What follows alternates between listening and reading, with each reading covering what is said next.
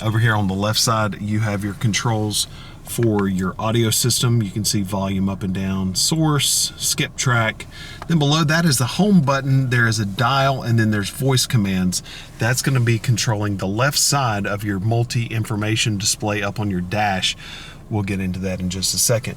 Over here on the right side is going to be radar cruise, lane mitigation, and also the forward collision or things like that. That's all over here on the right side.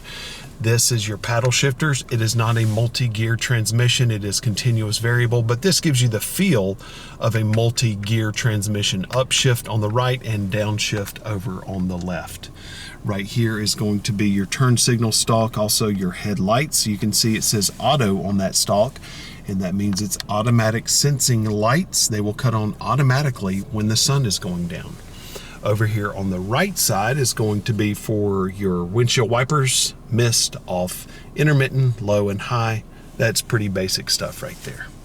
So taking a look at this dial with the voice commands and the home button here, pushing it up and down, and you can also push this in. That's going to control what's over here on the left side.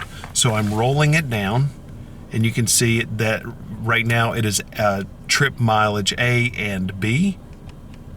And that's kind of all for that. I just pressed home, and then this is going to be for all kinds of different settings. So there's settings right there, vehicle settings, pressing in or actually going up and down, driver assist system setup, meter. And so these are going to be all the different things that I really recommend you getting in and programming these to your custom configuration when you first get the car. So while you're thinking about it, going all the way to the top here, TPMS stands for tire pressure monitor system, driver assist system setup. I clicked into that, forward collision warning distance. And so this allows you to basically control all of the different things as it relates to all these safety features. And these are just absolutely fantastic. Traffic sign recognition system display setting. My goodness, it's amazing what cars come with what standard features come on cars now. It's absolutely awesome. So that's that. Vehicle settings. You can go there and kind of tool around if you want to. Meter setup, keyless access setup. It's amazing how you can really customize all of these things. How cool is that? Right here in the middle is going to be your fuel gauge at the very bottom. P, that red P, that's your what gear you're in. And then Econ is your Econ is the drive mode that you're in. Speaking of drive mode, that is located right here behind the shifter. And I really like this button. This is kind of basically depends on the kind of mood you're in, because you can push it up here. And let's take a look at that on the dash. So I just pushed it all the way up and it says sport. This is going to change something called throttle mapping, and it makes it hold gears longer. So you're driving around and it's trying to be in a lower gear so that you have the ability to kind of go faster. Normal is basically a combination of eco and sport mode, and then Econ is going to drive in the most fuel efficient way possible. It's nowhere near as fun as sport, but it does save you on gas.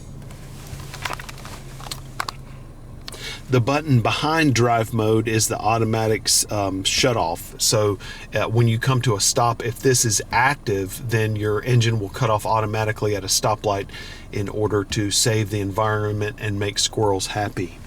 Right here is your park brake, and then this is brake hold. This is a feature that you can press, activate whenever you're first get into the car, and when you come to a stoplight, you can actually let your foot off the brake and it will hold it in that position until the light turns green, and then you can press the gas and go.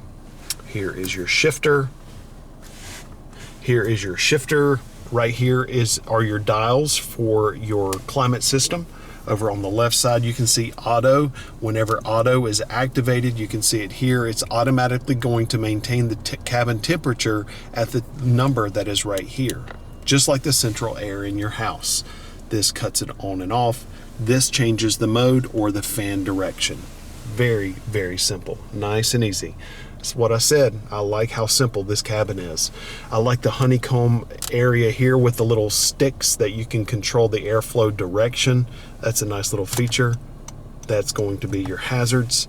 And now let's take a look at this screen here and see what we've got here.